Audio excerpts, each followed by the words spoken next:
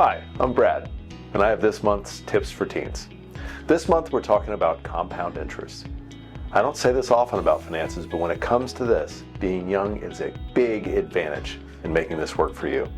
That's because compound interest works best when it has the longest amount of time. This may be the summer you were ready to get your first job. Good for you. But what are you going to do with that money when you get your first paycheck? Go buy those concert tickets you really wanted and spend it all? Or set some aside for later? It's always tough to hang on to the money for the what ifs in life. But this may be the perfect time to start working on compound interest. If you take the money you make and put it in a savings account, especially a high yield account, and then forget about it, future you could be in for a big surprise. Just leaving that money there, earning interest, and then earning interest on that interest is what the concept of compound interest is.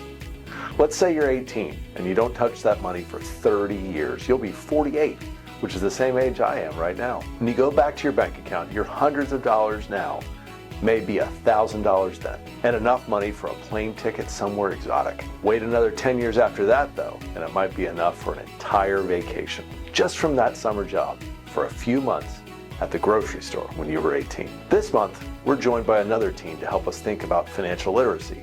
This is David Bright from Millbrook High School. And today's word is credit. Credit refers to an agreement from where the borrower borrows money from the lender and repays the lender back whenever the time's right. And let's say an example is John. Like John doesn't have enough money to buy a new phone, so the company gets it and pays it on the store's behalf and gives him time for John to repay them back. David brings up the other important thing to think about with compound interest. It can work in reverse too. Let's say you have that same paycheck and rather than save it, you go buy that new cell phone he was talking about, but you don't have enough money for it, so you decide to put the rest on a credit card. You're back in classes in the fall and you don't have time to work anymore, but you still have that credit card bill sitting there. Now you just pay the minimum payment each month and let the rest compound. Compound interest is about to no longer be your best friend, because each month you pay interest on having that debt sitting there, which makes the debt bigger. And the next month, the interest is charged on that bigger debt, making it bigger yet again. You get the picture. The tips you need to keep in mind this month. If you have any extra money to set aside to save it, do it. Doesn't have to be a lot.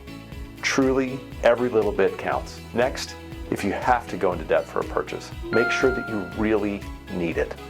And don't buy it until you have a plan to pay it off. Compound interest can really be your best tool if you start as a teen. We'll see you next month with more tips for teens.